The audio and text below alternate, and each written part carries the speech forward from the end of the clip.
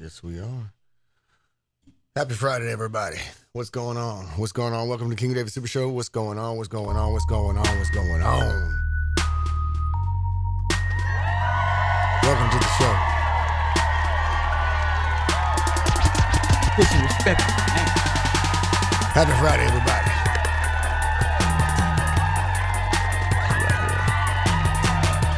How's everybody doing today? How's everybody doing? How's everybody doing? How's everybody doing? How's everybody doing? How's everybody doing? Wake up!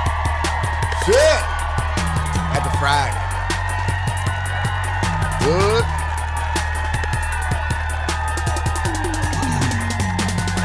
Yes, sir. Oh, man. I don't even know where to begin. Welcome to the King David Super Show. Friday edition. Facebook Friday. Facebook Friday. Facebook Friday. Facebook Friday edition. Facebook Friday edition. Winning.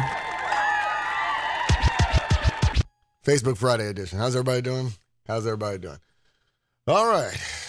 So I'm just getting out the gym right now. So me and my brother have decided to kind of go ahead and get our swole on. So 5 days out of the week, non-negotiable, we will be at the Planet Fitness doing what we do best. Anyway, so I would have to say, your health really is your wealth. I have been constantly, fighting, I guess, with my weight, since I was in my early 20s. And things got really, really out of hand, I would have to say, around my mid-20s. I mean, I was getting thick, but I didn't just blow up the way that I did. Things got really out of control, life started improving. And of course,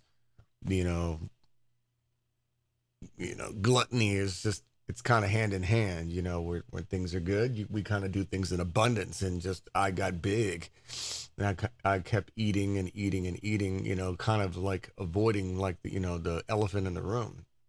Let me tell you something, man, that shit is hard. That shit is real hard. And things got really bad, things got really to the point where I was extremely unhealthy. I had friends of mine that, lifelong friends that would come by and visit me, and they were kind of like, man, I'm kind of worried about you. They're like, I'm worried about you, and I was like, man, I got this. And the crazy thing is like, I would spend a lot of my time overseas. And the thing is women out there, they really didn't focus too much on, guys of my stature. They like them big boys, so I'm like, well, there's really no incentive for me to get any smaller. So I'm like, well, if it ain't broke, don't fix it. But in the meantime, I was just feeling it. I was always in pain. I was always hurting, I was always, I was always kind of like, I wake up in pain. I go to sleep in pain, and then of course, my nightlife didn't help as well. I mean, everything just was kind of on a downward spiral. And I remember like one day I'm driving out to Lake Charles trying to, hold on, let me put my casino music on. I'm driving out to, here we go. All right. So I'm driving out to Lake Chucky, and I'm literally on the phone with my mom. I'm driving the car, and I'm like, fuck me, dude. I'm on the phone. I'm like, Mom, I think I'm having a fucking heart attack. I shit you not. I shit you not. I'm literally having a fucking heart attack while I'm driving. Hold on one second. So I'm driving to the casino, and I'm literally having a heart attack while I'm driving the car. And my mom's like, she's like, what do you want to do? I'm like, what do you mean what I want to do? I think I'm dying, So it's like I had to pull over, and I had to pull over on the side of the road and kind of make sense of everything. And so I pulled over to this urgent care clinic over there in Orange, and they were doing all these treatments and shit on me, and they kind of held me for a little while. And after I was released, I went back to Lake Charles with the fucking wristband on, and I'm like, man, this is not what's up. I didn't even have the damn wristband off, and I'm over there gambling, over there doing what I do. And I'm like, man, I started to realize yeah, this is kind of toxic behavior, but more importantly, I'm in bad shape. It wasn't even the gaming. It was just the fact that I was just in bad shape. And I'm like, man, I need to get my life together. And so needless to say, I had a friend of mine I went to school with. I had a doctor friend of mine who I went to school with, and she she got real skinny. You know, the thing was, like, when we were in high school, she was super thin, and then as you know, she became an adult and was living life, she got really, really, really big. You know what I'm saying? And I never really thought anything of it. I'm just like, all right, you know, you just, you know, life got you. And then she just got sick of it, and she had a vertical gastric sleeve. And she introduced me to her doctor, Dr. Marvin. And I remember when I met him, I didn't really know what I thought of him because I kind of felt like he, you know, just, I would just say this: most surgeons or most doctors that you deal with, they deal with so many people that they don't really have a lot of time to kind of sit here and give you bedside manner. It's like, do you want me to, you know, do you want me to solve your ailment, or do you want me to be your friend? You can't have both. You know what I'm saying? So I guess I was kind of in my feelings, you know, that he didn't have the time to sit there and make me feel better and this, that, and the other. He's like, look, bro, he's like, you're in bad shape. Um, you know, I could fix your problem. It's going to cost you probably like $12,000, you know, or, was it 12? No, no, it was around 20,000. It was around $20,000 if you're paying cash. Otherwise, we're going to have to go through your insurance. So fortunately at the time I had insurance, the insurance paid for half of it. But the thing was, I waited almost a year before I went back to go see him. And I remember one day, I remember this. I'll never forget this. I was driving my whip. I was driving my SL one day, and you know, like I said, you know, when life got better, you know, when life was abundant, everything else with me was abundant. So at the time, you know, I was hustling. I had two Benzes, you know, had a bunch of money saved, you know, just everything, you know, like, you know, I had a very gluttonous life. It's the best way I could describe it, you know, and you got to look at things like tests. You know, God kind of gives you tests. You know, I'm going to give you a good life for a little while, and I'm see how well you handle it, because God ain't going to give you more than you can handle. And I'm going to be honest with you. At the time, I did not handle it right. I did not handle it correctly, because there's a lot of things that I mistaked, a lot of mistakes that I made that I'm still paying for today. Mistakes from the past that I'm ironing out today. So clearly, I wasn't ready. So needless to say, I was going through more bullshit, and I remember I was sitting in my car, and I had to take my belt off to get out. I was so fucking big, dude. I had to take my belt off to get out of my car, or I had to unbuckle my belt to get out of my car. And I was like, I remember, I'll never forget this. I went home and I fucking cried like a baby. You know what I'm saying? And I'm like, fuck this. So I went back to go see Dr. Marvin. I went back to go see Dr. Marvin, and I'm like, you gotta fix me. I'm like, you gotta fix me, man. I told him I'm broken. You have to fix me. I'll never forget this. And he's like, all right. You know, but he was a different person. Like, I guess the person that I was looking for him to be at the time when I went to go see him, he was a different person, because he kind of saw, like, I was, you know, I was just mentally broken. You know, and I'm like, look, man, I can't do this anymore. You know, it like, you know, you start to realize, like, when there's something that's so far gone, you know, you have to kind of just step out on your shield. It's like, look, all right, fine, you know, let's just get this done. So I went back to his office, you know, and I'm like, I need you to get me on a schedule as soon as possible. And the crazy thing is, whenever you do a procedure like this, you're supposed to go through a mental and psych eval. You know what I'm saying? They didn't do that on me, you know. And I told him what happened. It's like, yeah, dude. I'm like, you know, since I saw you last, I had a heart attack, and I've gained even more weight since I saw you last. Where they weighed me in, I think I was close to 300. It was bad. It was real bad, you know. And he was like, yeah, you're morbidly obese. So he's like, I can say that this is medically necessary, and normally I don't do this, because I was kind of borderline, like underneath the weight limit in order to have this procedure done. But he just did it. So within, I remember, I'll never forget this. It was October 27th, 2017. I'll never forget the day. That was the day my life changed. And so I remember I saw him, I think October the 1st. September the 30th, I went and saw him, and I'm just flipping out. And he put me on the schedule. He's like, all right, we're going to fix this. And the first month I lost around 55 pounds. And then things just like literally was like 10 pounds, 10 pounds, 10 pounds, 10 pounds. It's like, God damn, this is crazy. You start to learn that, the human body is a very unique tool. If you, and you start to realize is like we are, our behavior is learned. The food that we eat, we are just conditioned to eat, and this is kind of like why, shout out to Diet Dr. Pepper. This portion of King David Super Show is brought to you in part by Diet Dr. Pepper when you just need more. The Burge Casino, thank you for your money. If you don't drive Ferrari, if you don't drive Ferrari, you ain't shit. But this is kind of like why I drink the diet drinks, because I realized that that my diet was out of control. My sugar intake was insane. And people ask me, it's like, how'd you do it? Because I lost over 150 pounds in 1 year. In 1 year, I lost over 150 pounds. I have no stretch marks. I have no nothing. I have no mud flaps. I have like none of that. See, do I have mud flaps? No. See what I'm saying? You see what I'm saying? So, I don't know if that's considered the exception to the rule or whatever, but I mean, I did what was necessary because I was burnt the fuck out. I'm like, look, man, I can't do this no more. I'm miserable. And money couldn't buy it. Money couldn't fix it, So I made the investment, so my insurance, I think, paid for 50% of it. And then I think I paid like $9,000 out of pocket, to the doctor's office. I think like $4,000 went to the doctor, and $4,000 went to the private hospital, and like $900 or something went to the anesthesiologist. So, I've never seen results like this in my life.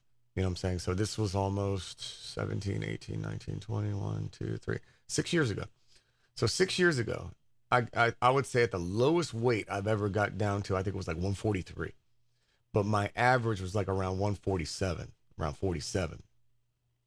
I weighed myself this morning. I'm around 154. You know what I'm saying? So I always have that 5 pound, variance. You know what I'm saying? So now I'm, so I was literally like a gym rat when I actually started seeing the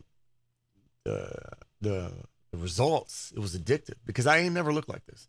And then more importantly, I never got this kind of attention because I was always big, and like I always felt that I had a pretty decent personality, but I had the looks to kind of back it, up as well. And at the time, my hair was getting all weird. So I just said, fuck it, cut all my hair off. And I just wanted a different change. And so, I just kind of just stayed in the gym. And I was like, man, this is amazing. Your body is a very unique tool if you utilize it correctly, and anything is possible because I was a horrible candidate for this procedure. I had no discipline, no discipline, and what I learned going through this process is, if you're struggling with your weight, it is not calorie counting. It is not, there's no quick fix to this. Okay. It's like, you have to kind of just finally just buckle down and just say, you know what, I need a life change. I need a life change. And, I finally just made that decision where it's like, look, I'm not going to allow anything to get in the way of my life change. I don't care how good life improves or how fucked up life gets. Nothing's going to get in the way of my routine, And I can count on one hand how many times a year I see my brother. You know what I'm saying? I understand he's busy and this, that, and the other, but when I saw him the other day during Easter, I'm like, bro, you look like shit. I'm like, I love you, man, but you look like shit. And I'm like, you need to come work out with me. So, out of all the times I've ever, had these conversations with him, he's like, all right, let's do it.